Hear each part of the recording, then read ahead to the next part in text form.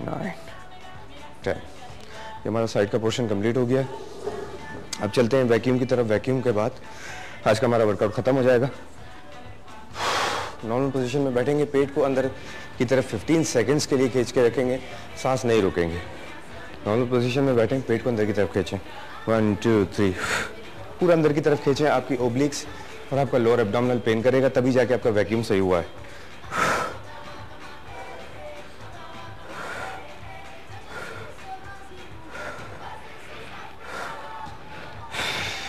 15 के बाद रिलैक्स करेंगे, एक्सेल करेंगे मुंह से, 5 सेकंड्स रुकेंगे, दोबारा खींचेंगे, 1 2 3 4 5, पूरा अंदर की तरफ खींचें, 15 सेकंड्स रोकें, सांस नहीं रोकिएगा।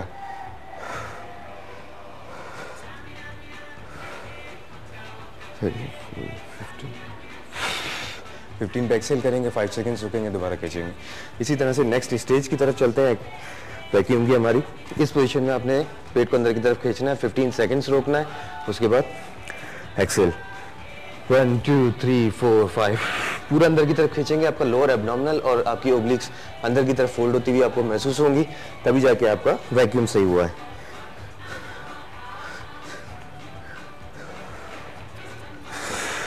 फिफ्टीन पे एक्सेल करें, 5 सेकंड्स रुकें, दोबारा खींचें, 1 2 3 4 5, पूरा अंदर खींच लें।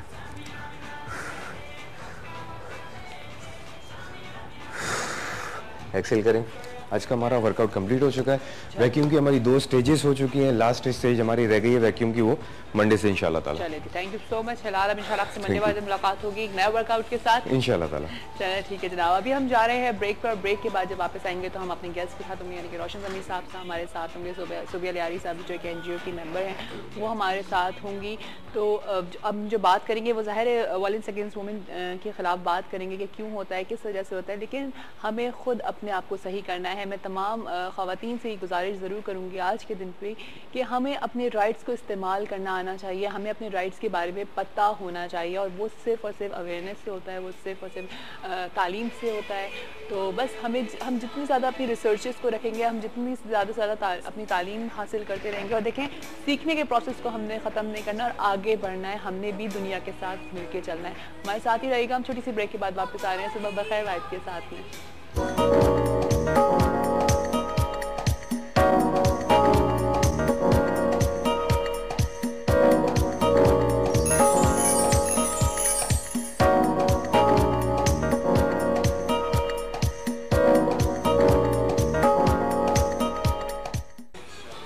जी वेलकम बैक। दफ़ा फिर आप सबको खुशामदीद करते हैं सुबह बखैर वाइब के साथ में, और उम्मीद करते हैं कि आप सबकी सुबहें बहुत खूबसूरत हुई होंगी। और हमेशा आप लोगों को एक मैसेज देती हूँ सुबह के टाइम पर कि जब भी अपनी सुबह का आगाज़ किया करें तो हमेशा एक अच्छी सोच के साथ, एक पॉजिटिव सोच के साथ, और अल्लाह ताला के नाम के बाद अपने लिए ज़रूर सोचा करें, क्योंकि आप बहुत इंपॉर्टेंट हैं। और जब हम नॉर्मली सुबह का आगाज़ करते हैं तो बस थोड़ा सा अपने आप को डाउन फील कराते हैं कि आज तबीयत थोड़ी सी बेहतर नहीं लग रही, आज कुछ ऐसा फील हो रहा है, लेकिन नहीं, जब आप अपने आप को अच्छा फील कराएंगे तो आप देखिएगा कि पूरा दिन बहुत खूबसूरत गुजरेगा, क्योंकि आप बहुत इंपॉर्टेंट है अपने घर वालों के लिए, अपने इर्द गिर्द में रहने वालों के लिए। और हमारे माशरे में एक औरत, आप लोगों को पता है कि इसका कितना इंपॉर्टेंट रोल है। वो मैंने जैसे अपने इंटरव्यू में बताया कि वो एक माँ है, एक बेटी है, एक अच्छी वाइफ है, एक अच्छी बहन है और एक अच्छी सहेली है। लेकिन फिर क्या वजह है, हम लोग इस बात को तो एक्सेप्ट करते हैं कि ये इतने खूबसूरत रिश्ते हैं और एक औरत इतनी खूबसूरत है, अल्लाह ताला ने उनको इतना नाजुक बनाया, सब कुछ किया, लेकिन फिर क्या वजह है कि इंटरनेशनली इस डे को मनाया जा रहा है। ये सिर्फ पाकिस्तान में नहीं, ये पूरी दुनिया में हो रहा है, और पूरी दुनिया में इसकी अगर रेशो देखा जाए तो बहुत है इस चीज़ कि औरत के ऊपर तशद्दुद बहुत ज़्यादा हो रहा है। अगर मैं आपको पाकिस्तान की एक रिपोर्ट बताऊं तो जनाब 2010 में 8000 औरतें जो हैं वो तशद्दुद का शिकार हुई, जिसमें से अगर मैं आपको परसेंटेजेस निकाल के बताऊं तो 20% जो है वो पंजाब में, यानी कि 5492 केसेस जो हुए वो पंजाब में हुए, 1652 केसेस जो हुए वो सिंध में हुए, और जी 650 खैबर पख्तूनख्वा में, 79 बलूचिस्तान में, और 127 जो है वो इस्लामाबाद में। लेकिन ये सब हमारे मुल्क में हुए, और और आपको बताऊं कि पंजाब में इसका रेशो सबसे ज़्यादा आया है। तो क्यों ना हम और अगर 2009 का देखें तो वो इससे थोड़ा कम था, लेकिन ये चीज़ बढ़ती जा रही है। अल्लाह रहम करे कि अब जब 2011 की रिपोर्ट आएगी तो हम सबको ये दुआ करनी है कि हम, और ये डेज़ ये सब चीज़ें इसीलिए मनाई जाती हैं कि इन सब के रेशियो कम हो। सही है ना? ये नहीं कि देखें शोज़ सब कर रहे हैं, लास्ट ईयर भी बहुत शोज़ हुए, इंटरनेशनली शोज़ हो रहे होते हैं, आज के दिन पे वुमेन डे के ऊपर सब बहुत बोल रहे होते हैं, लेकिन क्या वजह है कि इसका रेशियो बढ़ रहा है? इसके ऊपर आज बात करने के लिए हमने ज़ाहिर है आज के दिन आप लोगों को पता है कि हमारे साथ मौजूद होते हैं रोशन ज़मीर साहब, जो कि हमेशा हमें एक बहुत अच्छी बातें बताते हैं और हमें उसका हल बताते हैं। जिस तरह से लास्ट टाइम भी हमने डिस्कस किया था वुमेन राइट्स के ऊपर, जिसमें सबसे एंड में ये बात निकली कि औरत अपनी राइट्स को खुद इस्तेमाल करना नहीं जानती। हमें खुद चाहिए कि हमें सबसे बड़ी बात ये कि हमें पास इतनी अवेयरनेस होना चाहिए, हमें पता होना चाहिए कि औरत के हुकूक क्या हैं। ये हमारे घर में भी पता होना चाहिए सबको, और औरत को खुद पता होना चाहिए, जभी तो वो लड़ सकेगी, जभी तो वो बोल सकेगी, जभी तो वो बात कर सकेगी। खैर मैं बहुत इमोशनल हो रही हूँ। मैं वेलकम करती हूँ रोशन ज़मीर साहब को, और फिर उनके साथ हमारे साथ मौजूद होंगी सूबिया लियारी साहिबा, जो कि डिफरेंट NGOs की मेंबर हैं और वुमेन डेवलपमेंट फाउंडेशन की जो है वो चेयरमैन भी हैं। तो पहले हम वेलकम करते हैं रोशन साहब को। अस्सलाम वालेकुम। वालेकुम अस्सलाम, कैसी हैं आप? ठीक ठाक हैं? जी बिल्कुल, अल्लाह का शुक्र। और अस्सलाम वालेकुम जी, कैसी हैं आप? बिल्कुल ठीक। कैसी हैं सूबिया साहिबा? बहुत बहुत शुक्रिया कि आप आई और आपने हमें ज्वाइन किया आज के दिन। आपका भी बहुत शुक्रिया कि आज के दिन के हवाले से आपने मुझे बोलने का मौका दिया। चलिए ठीक है, चलें रोशन साहब आपसे स्टार्ट करते हैं। हमने लास्ट टाइम अपना टॉपिक जहाँ पे एंड किया था उसी को स्टार्ट करेंगे।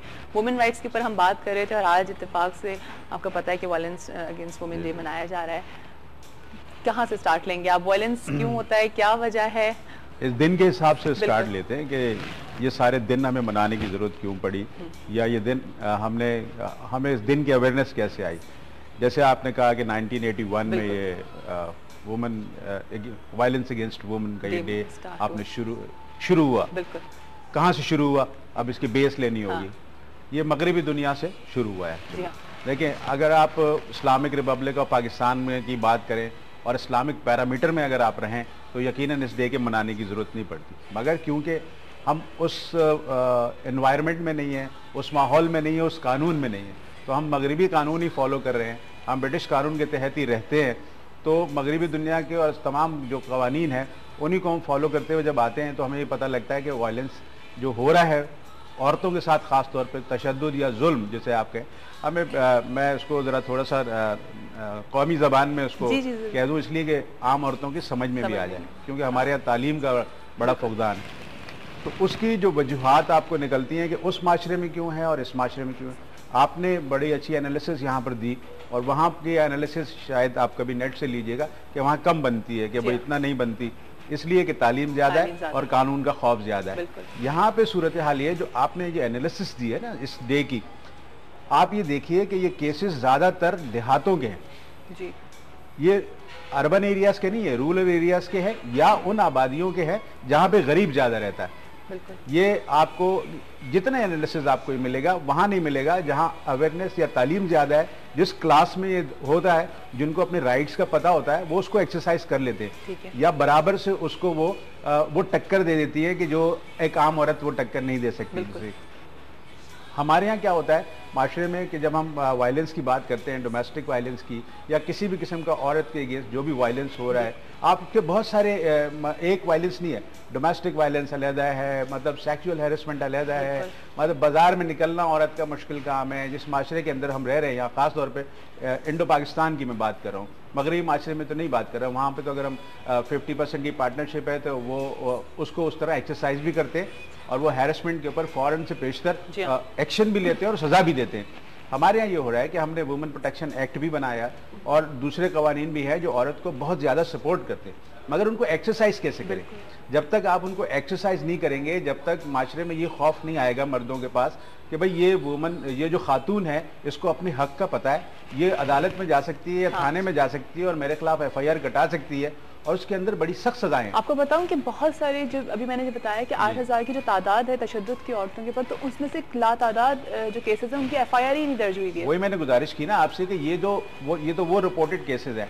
ये देखिए आपके यहाँ तशद्दुद का ये अभी 10-15 साल में जब मीडिया आया ऊपर तो आपको पता लगा है कि क्या हो रहा है क्या नहीं हो रहा है। छोटे छोटे केसेस भी कि पता चला रत्तो डेरे में सुगरा की नाक कट गई और उसको ब्रेकिंग न्यूज में चला दिया आपने, तो आपको पता लगे कि एक वायलेंस हो गया। हालांकि इससे बड़े बड़े वायलेंस, लेकिन हमने अब इसको एक्सेप्ट करना स्टार्ट कर दिया और हम लोग पढ़ के निकल जाते हैं। इससे बड़ा वायलेंस क्या होगा कि नेशनल असेंबली के फ्लोर से कोई आदमी गए कि हमारी रिवायत ये है कि हम जिंदा औरतों को गाड़ दिए करते हैं। इससे बड़ा वायलेंस तो कोई नहीं है। किसने उसके खिलाफ आवाज उठाई? किसी ने कुछ नहीं कहा।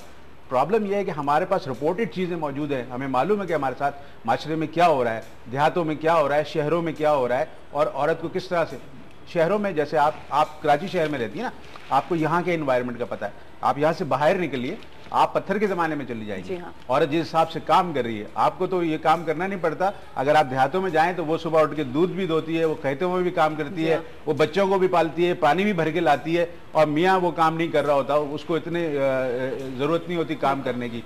उस औरत को फोकस करें आप कि जिस औरत के साथ खास तौर पर जुल्म हो रहा है, खास तौर पर वो उसको उसके हुकूक को डिप्राइव किया जा रहा है या उसको वो उसके हुकूक मिल नहीं रहे मोस्टली। ठीक है, आप प्लीज। अच्छा, मैं अब सुबह साहब आपसे भी बात करना चाहूंगी। जैसा भी रोशन साहब ने बताया कि औरत के खिलाफ ये सब चीजें हो रही हैं, हम समझते हैं कि हम बहुत मॉडरेट जिंदगी गुजार रहे हैं और हमें पता ही नहीं होता, लेकिन जब हम रिसर्च करने बैठते हैं तो पता लगता है कि आज भी औरतों की जो है वो कुरान से शादी करी जा रही होती है, आज भी औरत सिस्टम है, रिवायत में हम लोग फंसे हुए।